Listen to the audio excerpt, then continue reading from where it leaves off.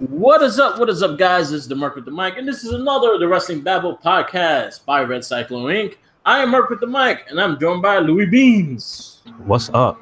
Welcome to another episode of our podcast. Yes, buddy. So we got Nxt Takeover Chicago. We have our review show today because we got to see it yesterday or this morning. I saw it this morning. This is true. I did as well. I fell asleep. Last night? Yeah, I fell asleep. So I was like, you know what? I'll watch it when I wake up. And I watched the whole thing again when I woke up. And I really appreciate it. Thank you, NXT. Thank you. Yes. Thank you for putting on these dope-ass pay-per-views. So my biggest thing, and then this is something I will say right now because I give two shits about Dave Meltzer. Okay. Whatever his name is. Oh, Meltzer? Yeah. Okay. Bet you none of these matches would get a 5-star. Does he rate? Now I have to ask you. Do you know if he rates matches that aren't just regular matches? Meaning he rates everything. He rates everything. So you mean to tell me Dave Meltzer is not going to give that street fight a 5-star rating? That's better. Like one of the most innovative street fights I've ever seen. They use like everything in the fucking arena. They use stairs. They use chairs. They use handcuffs. They use the ring. The bottom under. He's tore up the ring, dude. The stop sign. The stop sign. They brought back the stop sign. Like, come on. You know, tables. I think NXT at least had 3 matches that could easily say that they could be 5-star matches. I think so. Then Lars Sullivan and Aleister Black wasn't a bad match either. I think it was great. A really good match, but I think it was not in the par of the 3 matches. I'll give it that. It didn't have that energy. It didn't have the same energy. Yeah, and that Phantom kick kind of ruined it too. Yeah, I saw that and I was like, wait, he didn't hit him, and he fell, and the announcer still called it. I'm like, oh, don't do that. He kicked it so strong that the wind took him down. He had the wind kick. But you know what? I love it how they played it, where he just kicked out, got up, and took 2 more. Fuck it. Yeah. But yeah.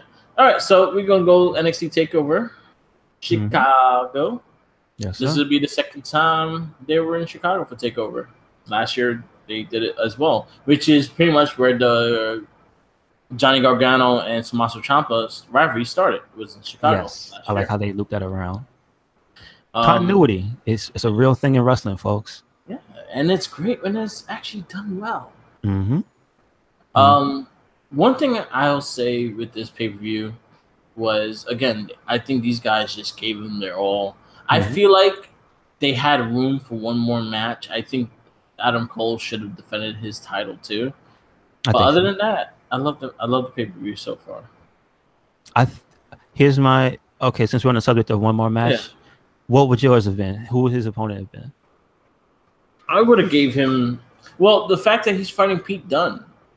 Where was he at? He's been fighting Pete Dunne, so I feel like he should have fought Pete Dunne. You mean previously?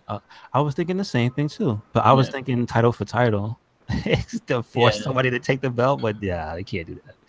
Yeah, that was the thing. Is like, but then it's gonna be for one belt, or it's gonna be for both belts. They could have gave him someone that will enhance him, so they could probably gave him Ono or. Well, seeing as how he lost his last match, and they made a thing of saying that that he's been on a losing streak. Yeah, I think maybe not Ono, although he would have been a great opponent. Yeah, but I'm trying to think of who's in the back of NXT besides somebody fresh like EC3, who's like literally only had 2 singles matches. And then he's also a heel too. Yeah, but like you can't. I don't want to do that whole thing that the Ronda Rousey treatment. You ain't even fighting. You got a title match type of thing. Yeah. But you know what's crazy is that NXT doesn't have a lot of baby faces in that sense. This is true. It would have had been. I think it would have had been Pete Dunne, or if they wanted to make it a story thing, put Tyler Bates versus. Oh, okay. And then Adam Cole could have put him up, and then Pete Dunne came to save and kept that rivalry going. All right, nice. I agree with that. Pete Dunne. Yeah. Could have came in and been the hero, right? Yeah. So I think that there was missing one match, and I think they could have added it, especially because how the women's match was. I think they could have added another match in that sense. All right, so let's start. First match of the evening was the NXT Tag Team Championship match. The Undisputed Era, Roderick Strong and O'Reilly with this, with the Adam third Cole. member. Oh, I was questioning during this match where Bobby Fish was. I thought he was gonna pop up. I know he's hurt, but I thought he was gonna pop out with a cane or something and hit somebody with it. I was fine with just Adam Cole. Yeah. Because Bobby Fish is injured, so you ain't gonna see him a lot. You'll see him here and there on TV. He'll take pictures. That's it. Exactly. Versus Oney Lorcan and Danny Burch. I want to say this is a tie for my match of the night. Yeah, it's up there. It's like I was really telling you, for me, this match was the feel. Like there was literally no rest holds. There were no pauses. These dudes were on each other, and they had innovative offense the entire time. Mm-hmm. Like the reason I like Oney Lorcan so much is because his offense is his. Yeah, it's not somebody else's. When he throws those running European uppercuts, that shit looks so violent. And when he does the running clothesline that turns people inside out, it's like, damn, feel that shit. I think they work so good as a tag team. They feed off each other, and it was just a lot of fun to watch. Mm-hmm. Undisputed Era and Oney Lorcan and Danny Burch. They don't have a name. We need a name for them. Player 1 and Player 2? I thought that's what they were. Yes, that's what they are. Mm-hmm. Uno and dos, Player 1, Player 2. That's it. What was that? Like the minus and plus from Pokemon? Teen Titans. Oh, I don't remember that. I remember Plusle and Minun from Pokemon. And I remember in Teen Titans they had like two little Mexican ones. Oh, that it was a plus and minus. Wow. And one went fast, one went slow, and they the only way they could use the powers is they were together. Nice, that's cool. Yeah, so that's what it reminded me of. But yeah, amazing tag match. A lot of crazy tag moves. A lot of apron corner moves, and they just fuck each other up. The one thing I have to say about all four of these wrestlers is the innovative offense. Is just Kyle O'Reilly he doesn't look like any other wrestler. Doesn't move like any other wrestler. Doesn't do moves like any other wrestler. He transitions differently from most other people who have those technical skills. Like he's a complete thing unto himself. And then his partner, who's been bouncing around from show to show, finally found his niche and the tags, siding with the Undisputed Era, and it's probably the best thing he's done. Like Roderick Strong's been on fire, dude. Yeah, he betrayed his way to a title. Yeah. But like they brought it up. Even the commentators brought it up. Also, another thing to bring up is that Morrow wasn't there. They said he was out on assignment. Yeah. Which I don't know which assignment that was, but that's cool. No, they mentioned Showtime. Oh, they mentioned Showtime boxing. Yeah, they did mention it. He was doing a Showtime boxing event. Okay, gotcha. So they did mention it, and they did give him a lot of props for it and all that stuff too. Okay, cool. So they send their love. I think this guy did a good job. Vic was on point. But I think it was this dude that was more dominant of a voice than he was. McGinnis. Oh man. Well, he caught his lovely later on. Oh yeah. But like I said, there was some really go back and watch this match. There was some really cool moments. There was the tag team move with where Danny Burch was about to put Strong on his back the first time, and freaking Kyle O'Reilly pushed Oney Lorcan off, and he took that apron bump. Ridiculous. Yeah, never seen that from the top of the turnbuckle to the apron, and he just took it. I was like, that's one of the hardest parts of the ring too. They will let you know that over and over again. Yeah, you'll find out later on this night what let you know. Yes. But I mean, that just showed the dedication. Everybody was putting their bodies on the line in this entire pay-per-view. So kudos to them. This brought me back to DIY versus Revival kind of matchup. They just synced with each other through this whole match. Yes. They just went at each other this whole match. And again, like what you said, there was no rest. They kept going and going and going. When one is not moving, the other one was moving. And that was the thing that kept you interested in this match. It looked like they were hustling. It looked like Oney and Burch were hustling to get the belts, man. I like that. Like there was no slouching. There was no resting. There was none of that. It was it looked like this is a title shot, we taking it. Yeah. So fantastic tag team match. I love seeing tag team wrestling. I love seeing tag team matches like this. Yes. And I do want to see this again. And I do want to see, hopefully, the titles change this time. I was fine with Undisputed Era winning, just the fact that, like you said, I like the fact the faction all had belts. So keep that going for a bit. Make that faction seem more important than most of the other ones are, because they all have a freaking title. Also, here's my thing. Of course, I wanted Birch and Oni to win, but you know what? They fucking earned it. Undisputed Era earned that match. Like, dude, they had so many things in sync. Like you said, the tag moves and stuff. It wasn't even that flashy. It was literally just they know how to work together so well. So everything they did just went together. Like, they had to have been like at least 20 tags per side. Like, they were just in and out, in and out, in and out. So, woof. It was great. If I had to star it, I'd give it 5 stars. Again, like I said, tied for my match of the night. It's tied for my match of the night. This would get a 5-star. Like, I was very. You know what? I think we even said this before. This could easily probably be a match of the night kind of candidate, because they're gonna go at it, and it's actually what they did. Yeah, we did. We did predict that. Yep. Yeah. So, yes. Yes, 5 stars. 5 stars. Like, again, watch this whole pay-per-view. Besides the women's match, is rewatchable. You could go through this pay-per-view again and enjoy the hell out of it again. Maybe find things you missed, and you're like, "Oh shit, he did that." And that's how I felt. Here's one of the coolest moments of that match when they were doing the typical run to the ropes and evade each other. When Danny Burch caught O'Reilly out of the air, that was so fucking cool. Like, he tried to hop over, he turned around, snatched his foot, and dragged him down. I was like, wow, that. Stuff like that, little things. That wasn't a big power move, but there's sometimes you watch wrestling and it's like, why does every wrestler always have to follow the formula? And this was literally a match with 4 guys that don't follow the formula. So I was like, shit, damn. Whew. Yeah. So, yeah, man. 5 stars. Yes, sir. So next match. Another one that's kind of my candidate for a match of the night, because again, this is another one I was surprised in seeing both guys do what they did. Velveteen Dream versus Ricochet. This is another match we said this could easily steal the show. Yes, it could. And they did everything they possibly can.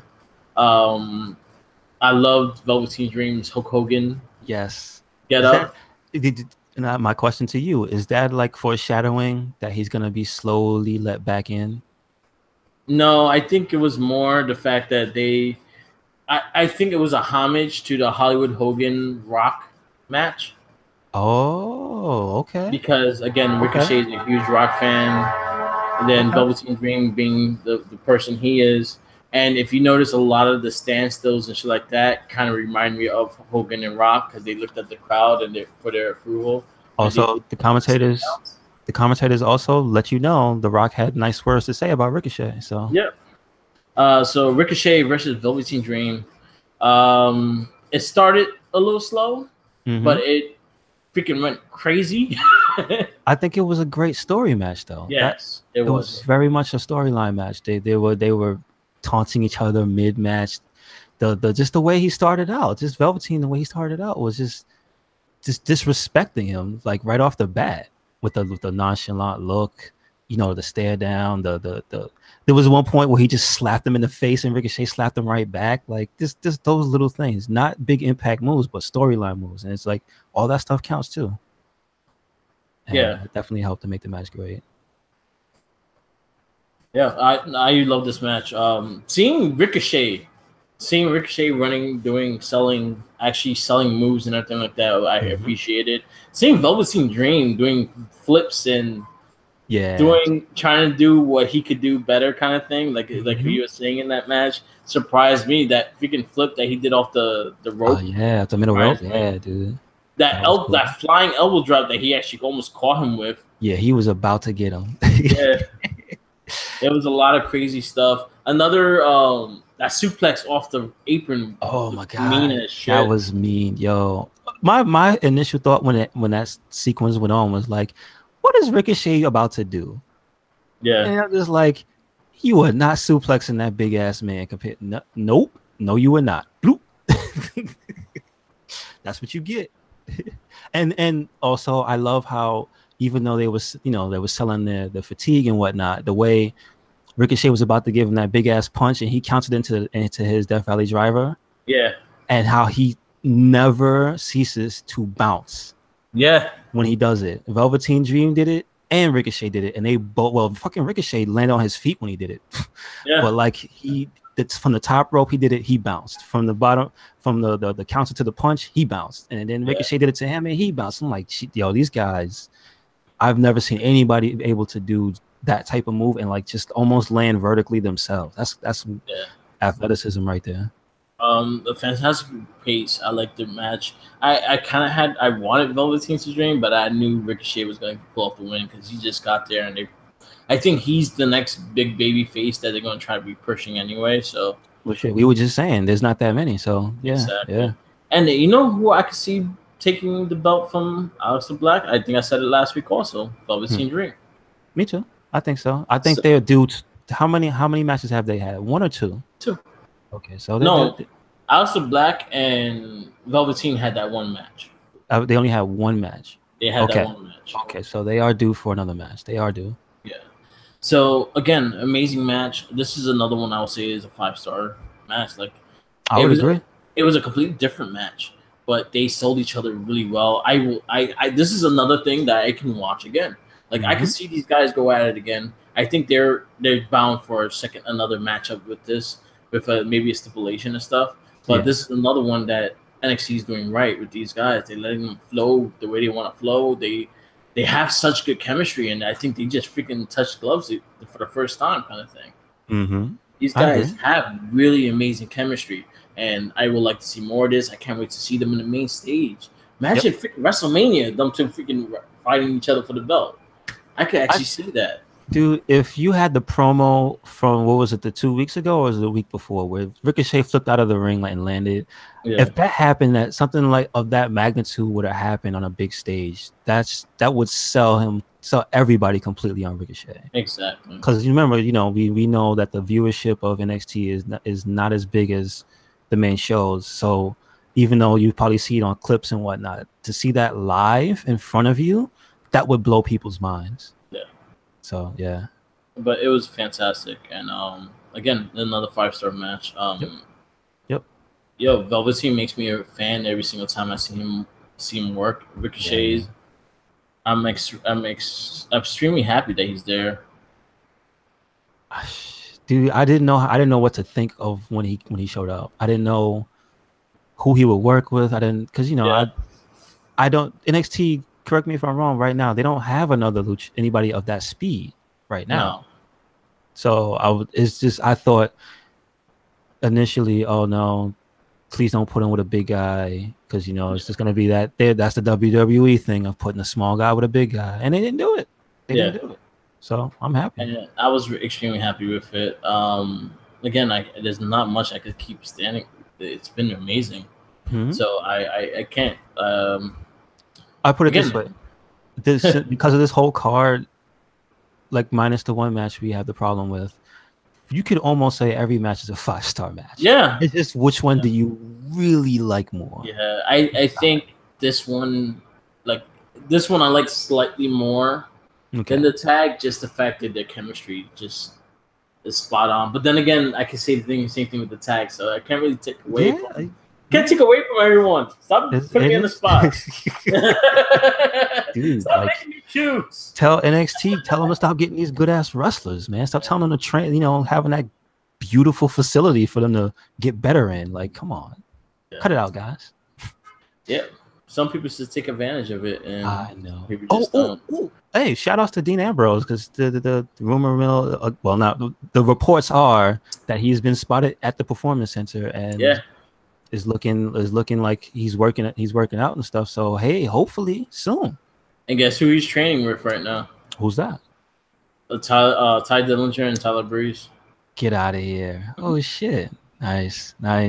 They're safest workers too. Like a lot of them request them, especially when they're coming off an injury, because they're fast and they know how to work a heavyweight kind of style too. Mm-hmm. So a lot of them request them to help them out, especially with injuries and stuff.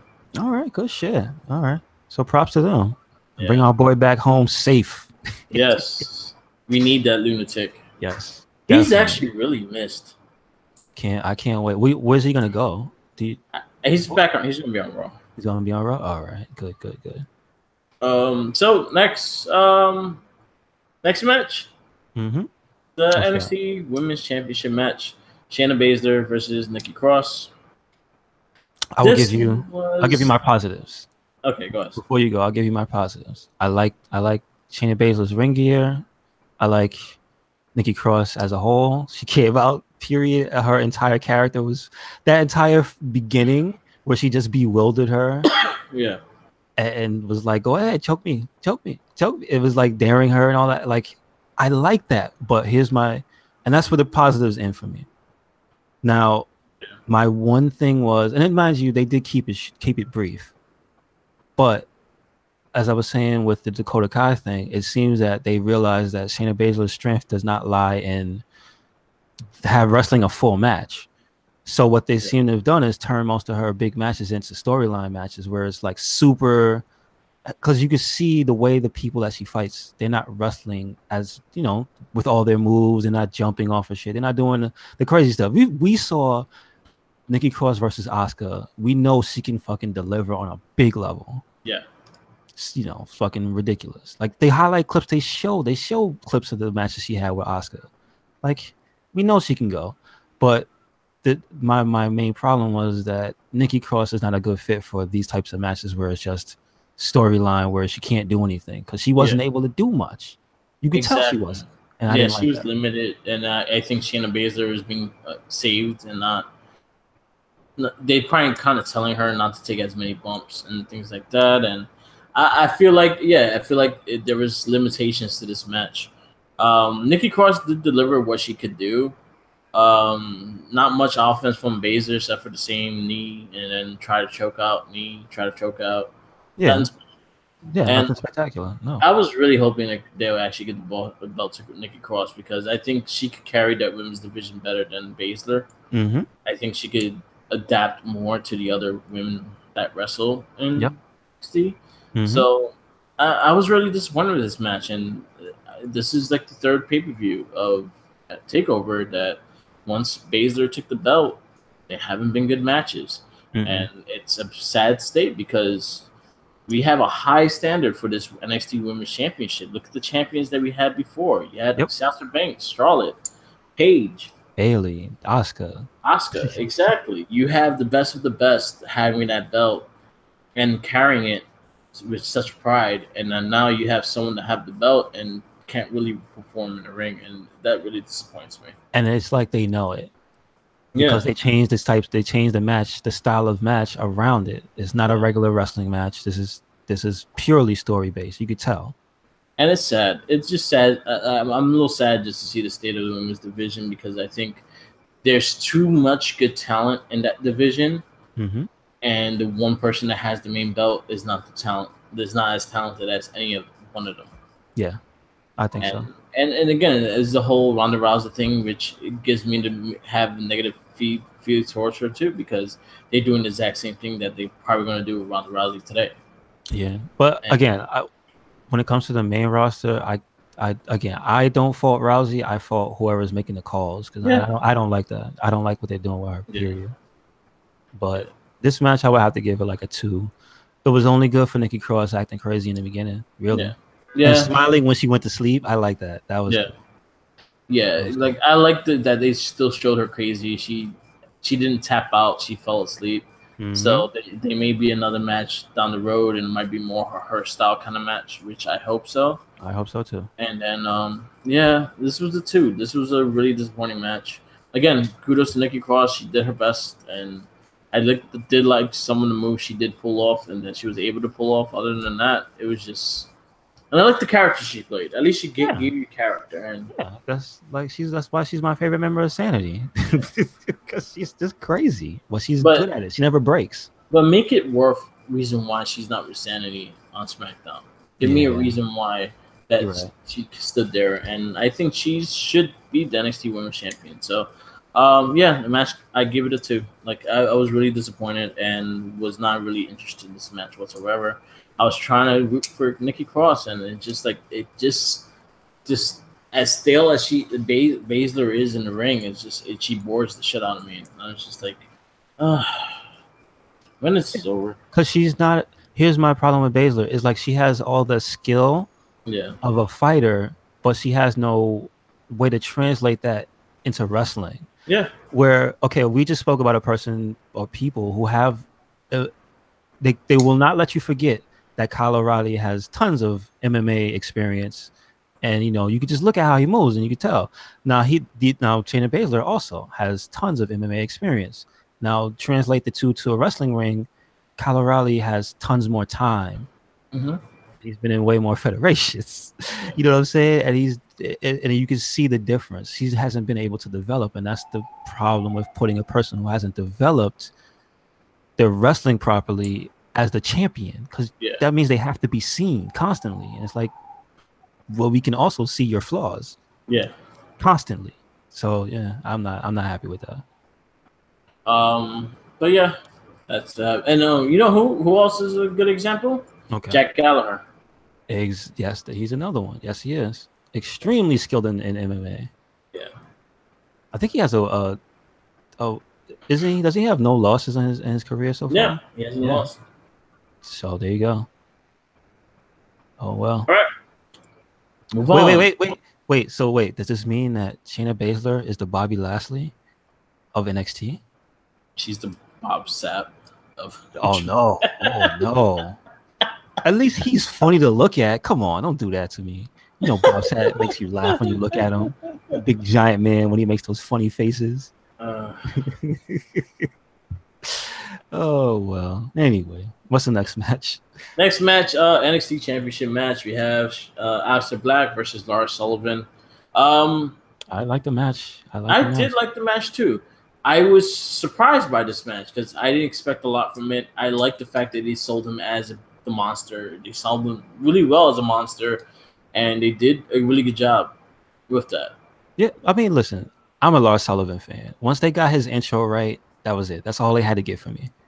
When he comes out and that circle comes out and he stands there and he's lit from the bottom and he just looks like a monster. And he's a person, I don't know how long he's been wrestling, period, but since he's shown up, which wasn't that long ago, he's actually pretty much been on point the entire time.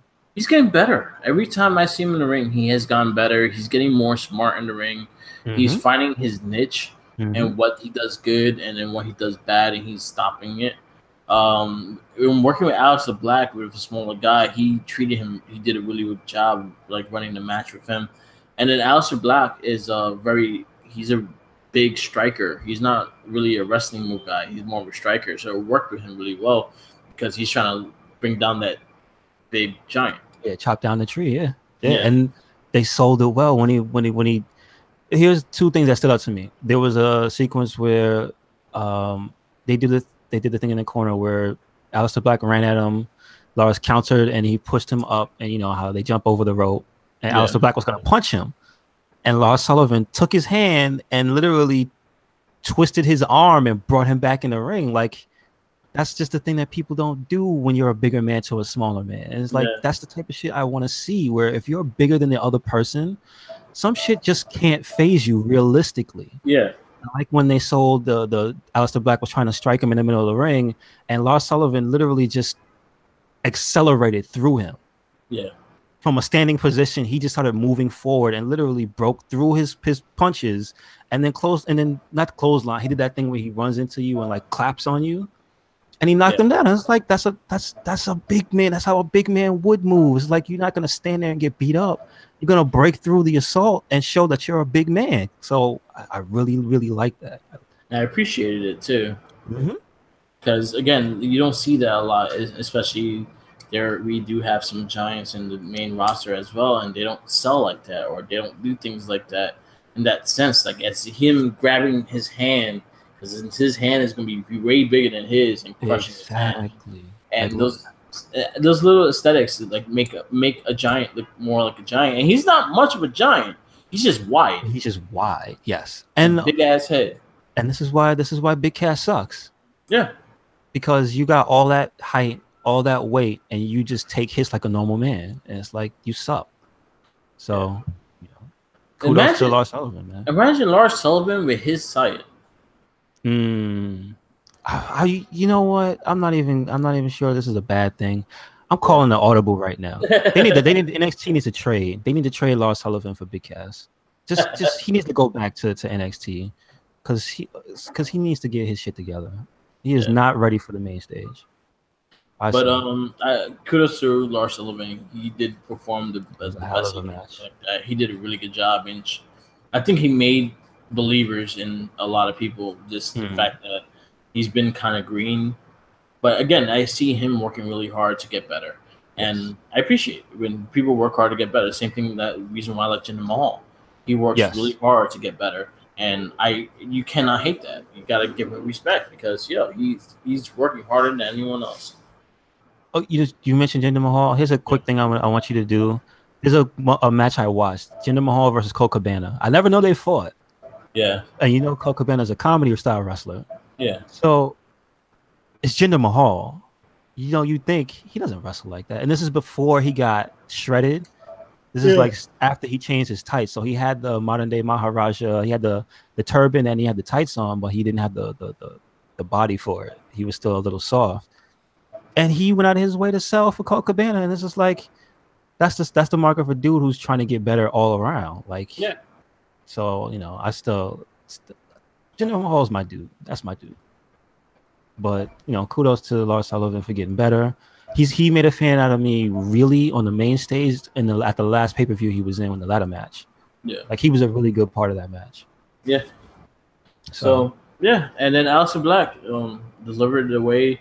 Besides that, the Phantom Black Mass. The Phantom Black Mass. I love the way the match ended. Yeah. And Sullivan was bloody too, so it added to it. Scott Steiner does not like it. Yeah, because he's not getting over. But yeah, amazing match for the guys. I give this one not a 5. I'll give it 4.75. I would give it a 4.5. 4.5. That's a good score.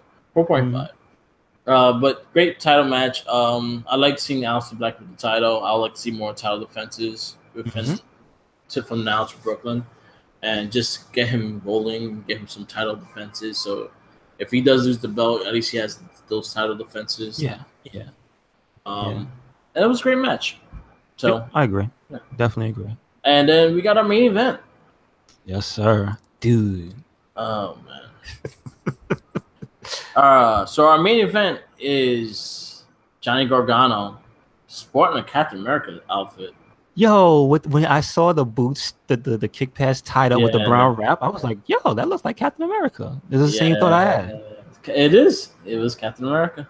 Because awesome. He had the red, white, and blue on the stomach. He literally was doing that? Oh, that was on purpose? Awesome. Yeah. Awesome. The only thing is the happy face should have been in the middle where the star is supposed to be. Gotcha. That's the only thing I would change on there. But if you looked at his outfit in the last takeover, it was from Thor. I didn't know that. Oh shit! Wow, that's cool. And then the one before that was Deadpool. Super subtle. I thought it was just his color schemes. I didn't know. Okay. Yep, Johnny Gargano is a dork, and he loves it. So nice. I like it. Shout out to Ciampa for his shameless self promotion. Yeah. With that airbrush shirt he had, I thought that shit was cool. I thought now listen, I'm from Harlem, and you know back in the day, like in the 90s, you remember them samurai shirts that everybody and their grandmother had. Yeah. I thought he was wearing one of those. Me too. One of the mesh ones. Yeah. Because I have one. I have a Genjuro shirt that looks just like that, except the sleeves aren't cut off. So I had to take a real close look, and then you could see it was a bunch of pictures of Ciampa. It was like his Twitter avatar was on his shoulder. Yeah. The face with the skull with the beard. The other side had the really big picture of him with like the cloak and everything, like towering over Gargano. I was like, oh, that's pretty fucking cool. And then the back, I forgot exactly what it said, but he made sure to show it to him when he won. Yes. Dude, can I just say this is probably the best Street Fighter I've ever seen? And they didn't even go that far. Yeah. It didn't go that far, but it was the best street fight I've seen in a long time. They were really creative. These two guys, their chemistry is freaking off the charts. Like I think they deliver more every single time they wrestle. I feel like it's gonna be one more match because this is the rubber match now. And they both tied 1-1. Got you. So I think they're gonna be one more match, probably in Brooklyn. Can I just say the ending? I didn't see that coming. That's one of the reasons I really liked it. I couldn't see the end of the match coming. Yeah. And then after everything that happened, I thought it was over. Yeah. Like, dude. Them bumps on the stairs, them bumps on the tables. Yeah. That was one of the most innovative uses of the stairs I've seen. Yeah. It's like, do you know the name of that move? Because it's basically the white noise. I don't know what they call that. It's the white noise. I forgot the other name of it, but it's pretty much the white noise. Yeah, Chopper drop Gargano with the white noise on the top of the steps, like that were perched next to the ring on the like, dude, that shit was awesome. Awesome. And then you had Gargano doing it to him through the tables. Through the table. Oh shit! And it just, shout outs to the believable looking security staff this time.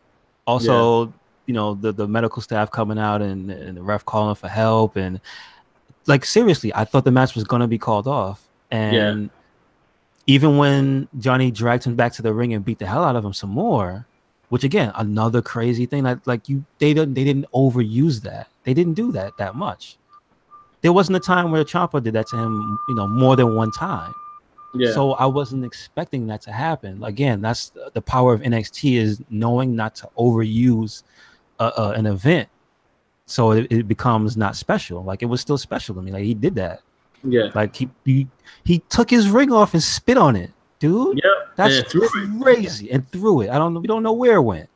Like, that's crazy. Some dude, in the real world, that could get a man killed. Yeah, you know what I'm saying? He probably gonna shank him right after the match. That's what I was saying. I'm like, yo, Johnny's gonna stab him when he wakes up. He gonna be in the hospital bed, like, yo, where my shake at? Candace is next to them. Please, Johnny, don't stab him. Please, Johnny, don't do it. And like, they continued the fight after that vicious beating. Johnny handcuffed him and beat his ass some more. Choked, like literally choked him out. He was tapping with his hands behind his back. It was crazy. And he still managed to, like, I don't even know what it was. Like, he didn't even taunt him. He was just conscious. And I guess Johnny didn't want him conscious. So he had to go back and take some more out of him, and it cost him. And fucking kudos to them, because I would never expected that. That's fine. You know what? Now I'm saying all this stuff. Match of the night. Fuck it. That was the match of the night. Like, that was the match of the night. I was slightly saying because they just delivered every single aspect. I did appreciate the last part of the match when he DDT'd him out of nowhere. On top of what, and you brought it up. He DDT'd him on the hardest part of the ring. Yes. That's the one part of the ring that doesn't have give. The exposed boards right there in the corner too. Like, he got him. They show you the insides, the workings of a ring. Mm-hmm. And again, it's very rare. I don't know if I've seen this in NXT where they've torn out the bottom. You can see the bottom of the ring like that. Yeah. No, I think that was the first time. So again, they saved something that we've seen in wrestling before. They saved it for this fight. Like, it meant so much more doing that. Like, I really appreciate that. So, yeah, 6 stars. Yeah. 6 stars. Yeah. I 100% agree. I think they're gonna have one more in Brooklyn. I think they're gonna go one more time. I'm loving their rivalry. I appreciate the ambiance of how big this rivalry has been and how much they want to kill each other, and you feel that they actually want to kill each other too. Mm-hmm. And I appreciate it. It's wrestling, what we love about wrestling, and they're doing it 100%, and then they give it all in their matches. And Gargano is probably the biggest babyface they have right now, and the fact that him going over the edge because of this dude, it makes it even better to watch. This is that HBK training. I bet you this is part of that HBK. Because you know what this street fight reminded me of HBK Triple H. Yeah. Literally the way he was dressed too, with the shirt and the jeans. That's a Shawn Michaels special. Yeah. Except he didn't have cowboy boots on. But like now that I look at it, that was a Shawn Michaels Triple H match, basically. Yeah. They went all out. They beat the hell out of each other, and there was some subterfuge. There was a little bit of hidden magic there, where it was like I would have never in a million years guessed after what Ciampa took that he would have still won the match, nor the way he did. So yeah. And I blame the security guards on Gargano losing. I see that. Because it was a street fight. Why you breaking it up? Yeah, the true story. Y'all don't break it up until he taps. True story. And he tapped like 4 times. Yeah, he did, but ref wasn't in the ring or in the vicinity to count it either. So I again, one more match with each one between them two. This was like 6-star, 7-star match. I'm just saying, I'm putting this out here. That might be the best match of the weekend. Yeah. I will say I like that match more than Okada Omega.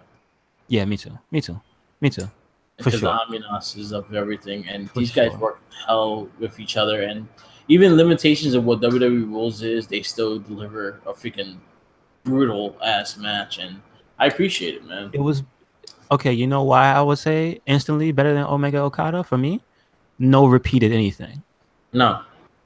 This was a move where they went out, they did certain things, they brought out they went into the crowd, they didn't repeat that. They went back in, they brought out the chairs, they brought out they had the cane, they had the 2 canes, which I like that Ciampa had his own custom cane. Yeah. Like they had the canes, they had the chair, they had the stairs, they had what else did they have? The ring itself. They had the tables. They went up on the stage. They did everything. Like, this is handcuffs. They literally used the handcuffs. It came into play. Yeah. Like, man, damn, dude. Why you gotta ruin the weekend, guys? Oh man, they're gonna have to switch days. At some point, they're gonna be like, "Yo, NXT, y'all gonna have to be on Sunday. You're gonna cut this shit out." So people get upset. Yeah, Money in the Bank got a lot of big shoes to fill. Yes, they do. They got a lot of big shoes to fill because this pay-per-view was great. Again, minus the women's match, which I was very disappointed with. This was a great pay-per-view. NXT always delivers on their takeover shows, though, so there's nothing new in that sense. They always deliver on their shows, but they're just getting their matches going crazier and crazier, which I really appreciate it, and the talent gets better and better. So yeah, definitely, I agree. Any last words? I just feel bad for anybody that has to follow that, dude. Like, serious. I'm dead serious. You brought up the Omega Okada, and I thought to myself, I sat there and watched that entire match, and this match was shorter, and I enjoyed it way better. Yeah, I just did. And this was a rivalry for the ages. This was a rivalry that was built up over a long period of time. Same thing. And they just worked the fuck out of that ring, dude. That arena. Like, it was crazy. Yeah. Wow. Yeah. Amazing. Like, come on, man. See, this is the thing that scares me. As much as I keep saying I want Johnny to come up, I don't want him to come up by himself. Yeah. They got to come up together. Yeah. Continue the rivalry. They just start fighting each other. Like, he gets called up and then he just beats his ass up. Like, I'm up too, motherfucker. It'll be that old school type of thing they used to do on Raw where they would just cut to the back and it's just 2 dudes beating the shit out of each other. Like, these guys just hate each other, you know? So, yeah, that's my final thoughts. Damn, you guys ruined this weekend. Good job. Yeah, man. All right. So we're going to wrap this up. This is the Wrestling Babble. Yep. Podcast by Wrestling Inc. Follow us on all our social medias of Facebook, the Wrestling Babble board, which we will have the live coverage polls for Money in the Bank tonight. We'll be really interactive with the discussions and all. Check us out on Red Cycle Inc. Facebook board as well. We do have all our podcasts and everything that gets posted on there daily. We have our video game playthroughs and all that stuff on there. Yes. Check out our Twitters on Red Cycle Inc. and Mark with the Mic. Instagram, same thing. Red Cycle Inc. Mark with the Mic. Yep. WordPress for Red Cycle Inc. and Tumblr for Red Cycle Inc. and Mark with the Mic. Yes, sir. Do it. Follow. And always, And remember, especially because it's Daddy's Day. Yes, sir. Follow Jenkins. He needs 2 sandwiches. He got 2 kids. He 2 got 2 kids to sandwiches feed. and a eclair. Ooh, all right. Fuck it. Does he eat eclairs? How about we give him like a box of Krispy Kreme? Box of Krispy Kremes, but he can't have them. No, he just got to look at it. He just watch you eat it. He follows you down the street while he's on a bike moving really slow. Last but not least, happy Father's Day to everyone that's listening. Yes. If you're a daddy or your stepdaddy, or you actually take the role as a dad, kudos to you. This is for you. Cheers. Yes. Cheers. And now watch that Gargano and Ciampa match. Yes. Look at your son and say, if you act up, this could be you. Yeah, we'll beat you with the bottom of the ring. Put your ass through a table. Stop it. Yeah. So stay tuned for It Gets Better As Rare, our E3 review. And peace out. Laters. Peace.